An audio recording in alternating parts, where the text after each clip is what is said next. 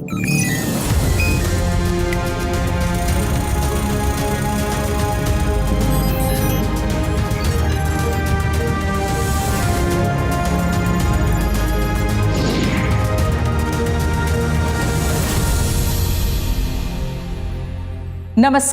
विज्ञान, प्रौद्योगिकी, आविष्कार और नवाचार की खबरों के कार्यक्रम ज्ञान विज्ञान में आप सभी का स्वागत है। मैं हूं प्रीति सिंह। आज के इस अंक में बात करेंगे CSIR NCL की स्वच्छ ईंधन तकनीक संचालित आदित्य ऊर्जा सांच इकाई की। बताएंगे भारतीय खगोलविदों ने कैसे उजागर किया तारों के निर्माण दर में आई गिरावट का रहस्य। खबरें और भी होंगी, लेकिन सबसे पहले देखते हैं इस अंक की सुर्खियां। NCL की आदित्य ऊर्जा सांच इकाई की शुरुआत। जीवाश्म ईंधन का विकल्प बन सकता है पर्यावरण अनुकूल कुशल ईंधन dial methyl ether. Oral cancer जांच के लिए ओरल स्कैन उपकरण लॉन्च। मुंह के कैंसर की पहचान और सटीक बायोप्सी करने में सहायक होगा ये स्वदेशी इमेजिंग उपकरण। मानव मस्तिष्क का इमेजिंग डेटाबेस अंश विकसित। अल्जाइमर जैसी बीमारियों के क्षेत्र में एक एकीकृत मंच प्रदान करेगी राष्ट्रीय मस्तिष्क अनुसंधान केंद्र की ये पहल। और तारों की निर्माण दर में गिरावट का रहस्य उजागर। National centre for radio astrophysics और रामन अनुसंधान संस्थान बेंगलुरु के शोधकर्ताओं की संयुक्त टीम को मिली सफलता। वैज्ञानिक तथा औद्योगिक अनुसंधान परिषद की पुणे स्थित राष्ट्रीय रासायनिक प्रयोगशाला ने पर्यावरण अनुकूल और कुशल ईंधन तकनीक विकसित की है। हाल ही में केंद्रीय मंत्री डॉक्टर हर्षवर्धन ने इसी कड़ी में डाइल मिथाइल ईथर द्वारा संचालित आदित्य ऊर्जा सांच इकाई का उद्घाटन किया था। इस दौरान DME LPG मिश्रित ईंधन से चलने वाले चूल्हे को भी लॉन्च किया गया। NCL की ये पहल जीवाश्म ईंधन का विकल्प पेश करके ऊर्जा के क्षेत्र में भारत को और आत्मनिर्भर भी बनाएगी। ज्ञान विज्ञान की एक रिपोर्ट। पुणे स्थित वैज्ञानिक तथा औद्योगिक अनुसंधान परिषद की राष्ट्रीय रासायनिक प्रयोगशाला NCL अन्य महत्वपूर्ण अनुसंधानों के साथ यहाँ के वैज्ञानिकों ने जीवाश्म ईंधन के विकल्प के तौर पर पर्यावरण अनुकूल कुशल ईंधन डाइमिथाइल ईथर द्वारा संचालित तकनीक विकसित की है, जिस पर आधारित DME पायलट संयंत्र पिछले साल शुरू किया गया था। अब ये अति स्वच्छ ईंधन सार्वजनिक उपयोग के लिए तैयार है। हाल ही में केंद्रीय मंत्री डॉक्टर हर्षवर्धन ने वर्चुअल समारोह द्वारा DME ईंधन उपयोग यूनिट आदित्य ऊर्जा सांच का शुभारंभ किया था। इस मौके पर इस ईंधन के लिए उपयुक्त चूल्हा भी लॉन्च किया गया था। India's energy dependence on other countries could come down significantly. राष्ट्रीय रासायनिक प्रयोगशाला के निष्कर्ष, खासकर डाइमिथाइल ईथर जैसी खोज से ऊर्जा के क्षेत्र में भारत की अन्य देशों पर निर्भरता काफ़ी कम हो सकती है। डाइमिथाइल ईथर का उत्पादन, प्रौद्योगिकी विकास आम लोगों को सीधा लाभ पहुंचाएगा। इस प्रौद्योगिकी का व्यवसायीकरण LPG सिलेंडर के दामों को 10 से 15% तक कम कर देगा। इसका सीधा फायदा लोगों को होगा।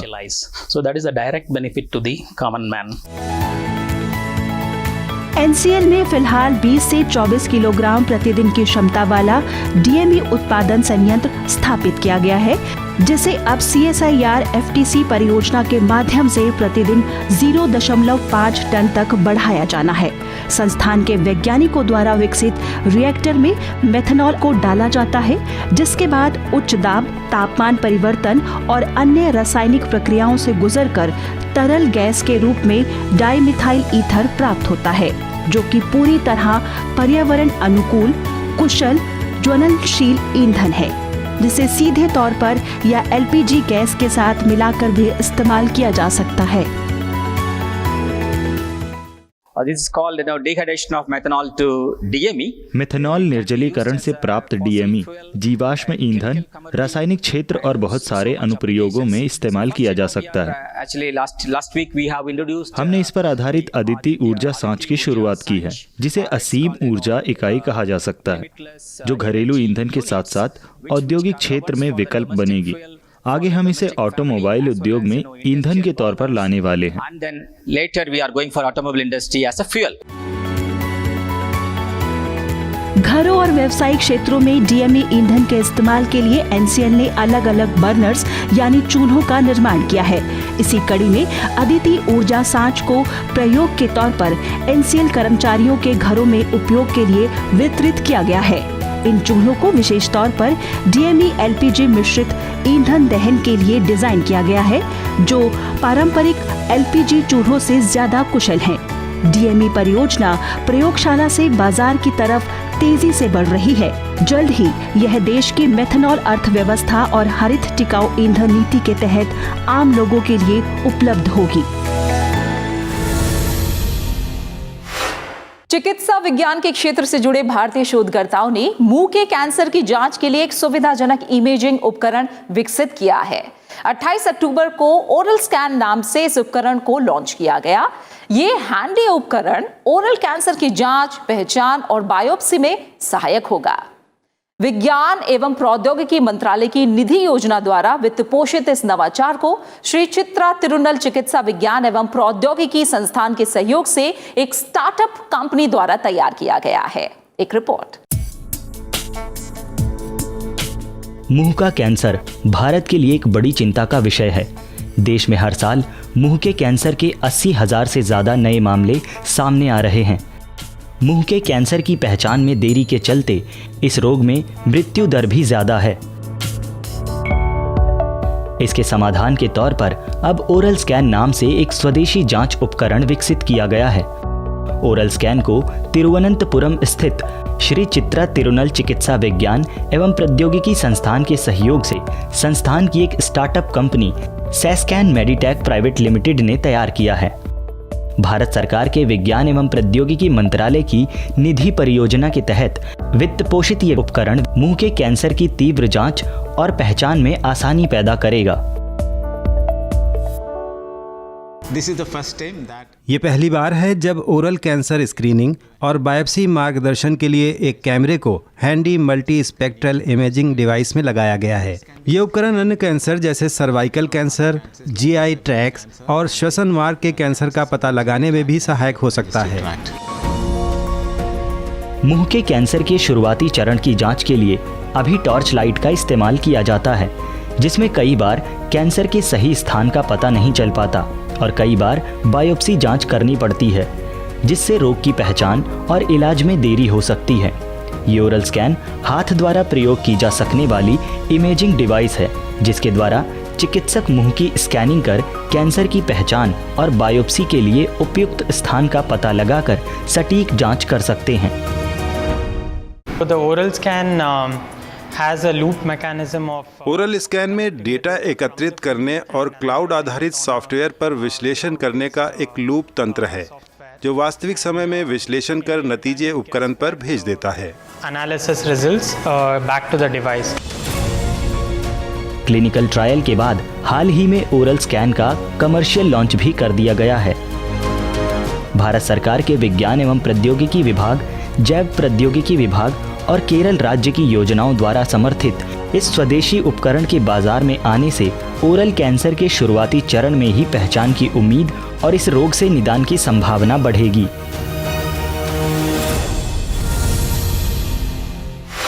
ज्ञान विज्ञान में फिलहाल वक्त हो गया एक छोटे से ब्रेक का। जल्द वापस लौटते हैं।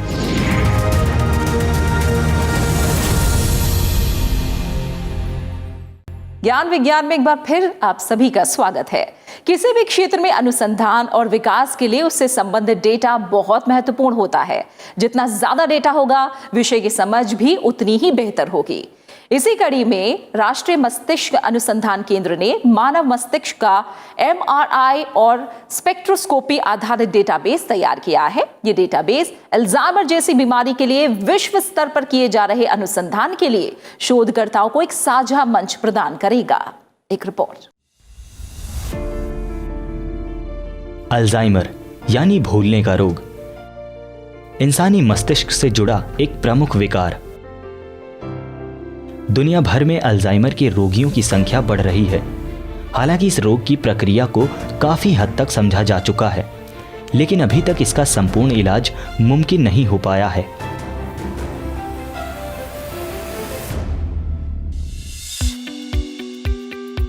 हरियाणा के मानेसर स्थित राष्ट्रीय मस्तिष्क अनुसंधान केंद्र NBRC के वैज्ञानिक भी ब्रेन मैपिंग और ब्रेन इमेजिंग के द्वारा अल्जाइमर पर काम कर रहे हैं और पिछले लगभग 1 दशक में यहाँ के वैज्ञानिकों ने कई महत्वपूर्ण उपलब्धियां हासिल की हैं।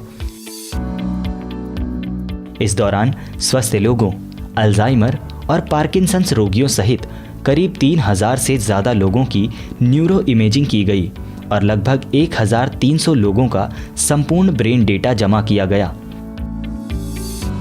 अब केंद्र की न्यूरो इमेजिंग और न्यूरो स्पेक्ट्रोस्कोपी प्रयोगशाला NINS ने multi model neuro imaging database अंश तैयार किया है, जो अल्जाइमर जैसे रोग के कारणों की पहचान और पूर्वानुमान अनुसंधान में सहयोगी होगा।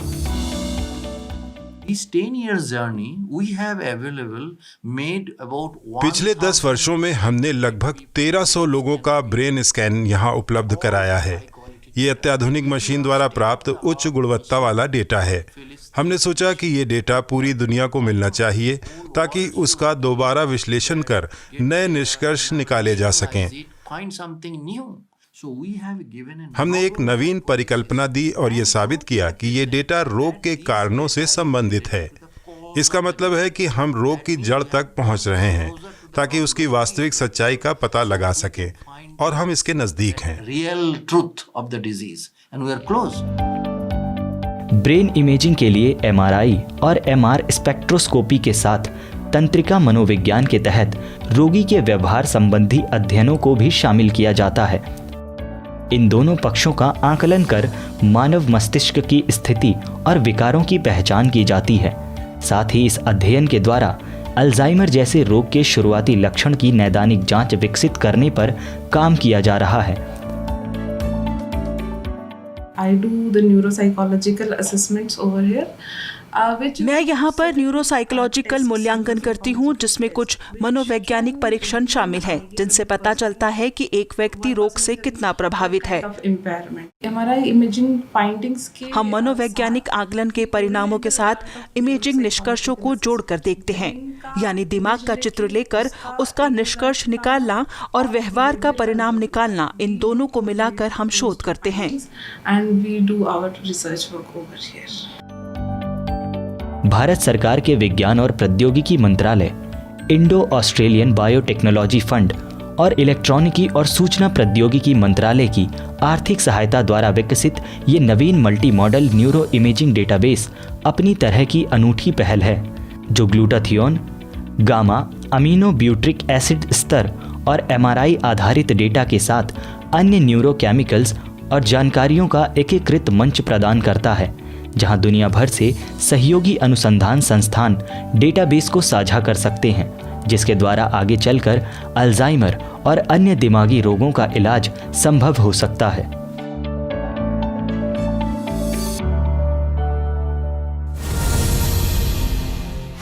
भारतीय खगोल वैज्ञानिकों ने ब्रह्मांड के एक और रहस्य को उजागर करने में सफलता हासिल की है।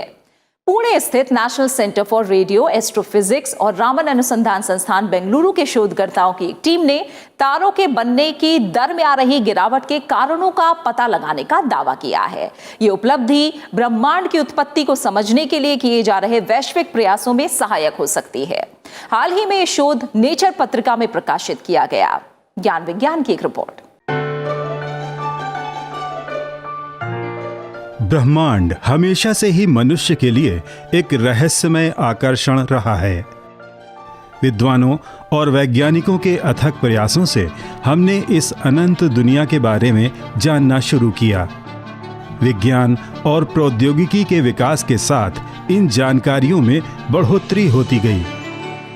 हाल ही में टाटा मूलभूत अनुसंधान संस्थान के national centre for radio astrophysics Pune और रामन अनुसंधान संस्थान बेंगलुरु के शोधकर्ताओं की संयुक्त टीम ने नए तारों के बनने की दर में आ रही गिरावट के रहस्यों को उजागर किया है। आपको बता दें, 8 से 10 अरब साल पहले आकाशगंगाओं में तारों का निर्माण चरम पर था, जिसके बाद से ये प्रक्रिया कम होती चली गई। खगोलविदों को ये कामयाबी ब्रह्मांड के शुरुआती काल के बारे में शोध के लिए आकाशगंगाओं में परमाणु गैस सामग्री की माप के दौरान मिली। जो हाल ही में शोध पत्रिका नेचर में प्रकाशित किया गया है। In general, to understand galaxies, you must measure the hydrogen content. सामान्य रूप से आकाशगंगाओं को समझने के लिए हाइड्रोजन सामग्री को मापना बहुत जरूरी है और लोग लंबे समय से इसके लिए प्रयास कर रहे हैं। अब तक लगभग 4 अरब साल पहले तक के ब्रह्मांड पर काम किया गया था और अब हम लोग दुगने समय यानी 8 अरब साल पीछे गए हैं। और ये ब्रह्मांड का बहुत दिलचस्प युग है जिसमें हम गैस द्रव्यमान को माप रहे हैं, क्योंकि ये वो समय है जब ब्रह्मांड में तारों का निर्माण अपने चरम पर था।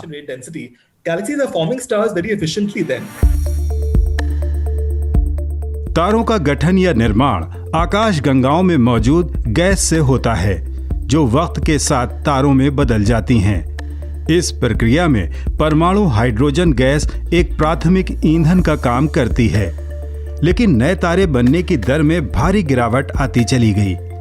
इस गिरावट के कारणों को समझने के लिए आकाशगंगाओं में परमाणु हाइड्रोजन गैस को मापने की जरूरत थी।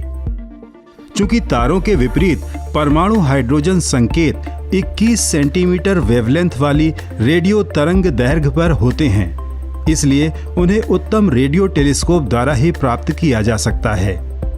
इसी तरह के शोध के लिए 1980 और 90 के दशक में पुणे के पास विशाल metre wave radio telescope GMRT की स्थापना की गई थी। NCRA द्वारा संचालित इस रेडियो टेलीस्कोप द्वारा 2016 में कुल 850 आकाशगंगाओं का ही अध्ययन किया जा सका, जो कि पर्याप्त नहीं था। 2017 में GMRT को अपग्रेड किया गया और 8 अरब वर्ष पूर्व की लगभग 8000 आकाशगंगाओं के संकेत प्राप्त किए गए, लेकिन फिर भी 21 सेंटीमीटर वेवलेंथ वाली बहुत क्षीण वेवलेंथ पाना आसान नहीं था। वैज्ञानिकों ने स्टैकिंग तकनीक द्वारा इन संकेतों को संयोजित कर आकाशगंगाओं की औसत गैस सामग्री को मापा।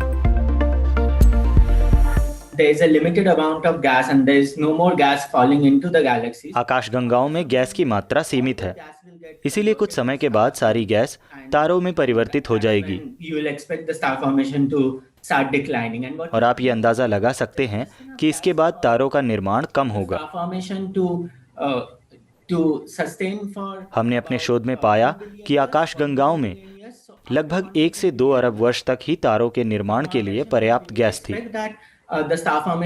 इसके बाद हमारी गणना के आधार पर उसमें गिरावट आएगी।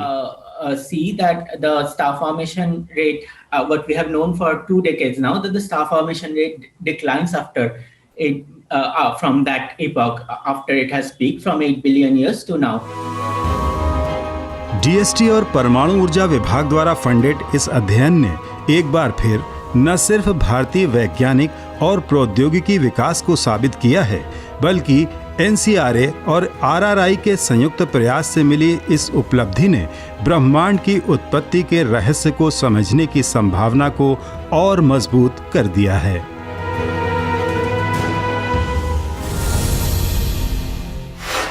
वक्त है एक छोटे से ब्रेक का, लेकिन आप कहीं जाइएगा नहीं, हम जल्द वापस लौटते हैं।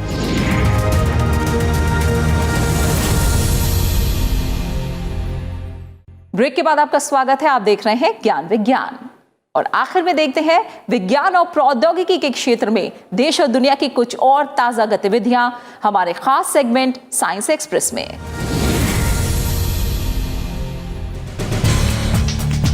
भारतीय प्रौद्योगिकी संस्थान कानपुर और भारतीय पुरातत्व सर्वेक्षण विभाग ने ऐतिहासिक स्मारकों के संरक्षण के लिए इटली के 2 संस्थानों के साथ एक समझौता ज्ञापन पर हस्ताक्षर किए हैं।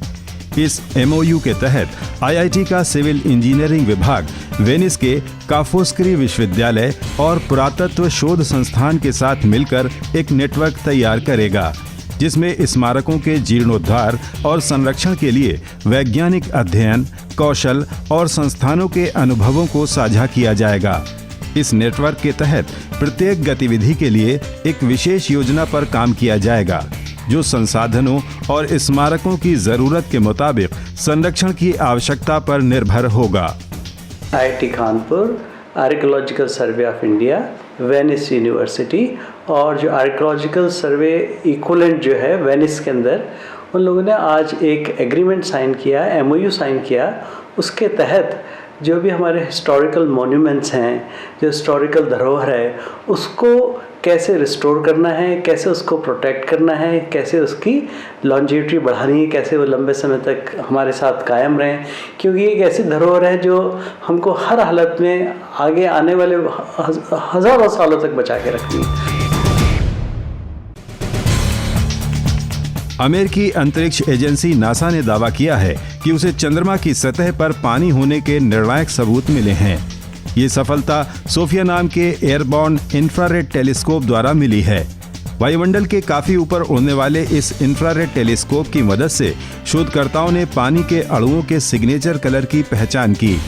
शोधकर्ताओं के मुताबिक पानी लूनर ग्लास के बुलबुलों या फिर सतह पर मौजूद कणों के बीच जमा हुआ है और कठिन वातावरण के बावजूद भी बचा रहा। आपको बता दें, इससे पहले इसरो के चंद्रयान 1 द्वारा भी चंद्रमा पर पानी होने के संकेत और तथ्य मिले थे, लेकिन इस नई खोज से पता चलता है कि चंद्रमा पर पहले के अनुमान से कहीं अधिक मात्रा में पानी मौजूद है। खास बात यह कि सूर्य के सीधे प्रकाश में आने वाले चंद्रमा के हिस्से पर पहली बार पानी की पुष्टि हुई है। इस नई खोज से चंद्रमा पर बेस बनाने की उम्मीदें बढ़ गई हैं। ताजा अध्ययन के मुताबिक भारत में गहन सिंचाई के चलते वायुमंडलीय नमी का स्तर और घातक हीट स्ट्रेस की स्थिति बढ़ रही है। शोध पत्रिका नेचर जियोसाइंस में छपे इस अध्ययन के मुताबिक हीट स्ट्रेस उस स्थिति को कहते हैं जब मानव शरीर खुद को ठंडा करने में असमर्थ हो जाता है, जो कि उच्च पर्यावरणीय तापमान, शुष्क गर्मी या आर्द्रता, नम हीट स्ट्रेस का परिणाम हो सकता है। उल्लेखनीय है कि भारत का सिंचाई क्षेत्र पिछले कुछ दशकों में 2 गुना हो गया है और इससे संबंधित नम हीट स्ट्रेस वृद्धि का मानव मृत्यु दर से सीधा संबंध है। शोधकर्ताओं का मानना है कि मानव प्रेरित जलवायु परिवर्तन से देश में उच्च तापमान का स्तर और बढ़ सकता है, जो कि खासकर बाहर काम करने वाले लोगों को प्रभावित करता है। भारतीय अंतरिक्ष अनुसंधान संगठन के मुताबिक मंगल ग्रह तेजी से अपना बाहरी वातावरण खो रहा है। इसरो ने ये निष्कर्ष अपने मार्स ऑर्बिटर मिशन और नासा के Mars orbiter, Mars atmosphere and volatile evolution mission Maven के द्वारा भेजी गई तस्वीरों का अध्ययन कर निकाला है। ये तस्वीरें मंगल ग्रह पर वैश्विक धूल तूफान की हैं, जिन्हें इन दोनों ऑर्बिटर्स ने साल 2018 में खींचा था। इस धूल के तूफान ने मंगल ग्रह के ऊपरी वातावरण को काफी गर्म कर दिया। वास्तव में सौरमंडल के अन्य स्थलीय ग्रह भी लगातार अपने वायुमंडल का बाहरी वातावरण खो रहे हैं। ये नुकसान ग्रह के आकार और ऊपरी वायुमंडल के तापमान से निर्धारित होता है। ज्ञान विज्ञान के आज के अंक में इतना ही। कार्यक्रम के बारे में अपने फीडबैक और सुझाव आप हमें ईमेल कर सकते हैं। हमारा ईमेल है news@vigyanprasar.gov.in।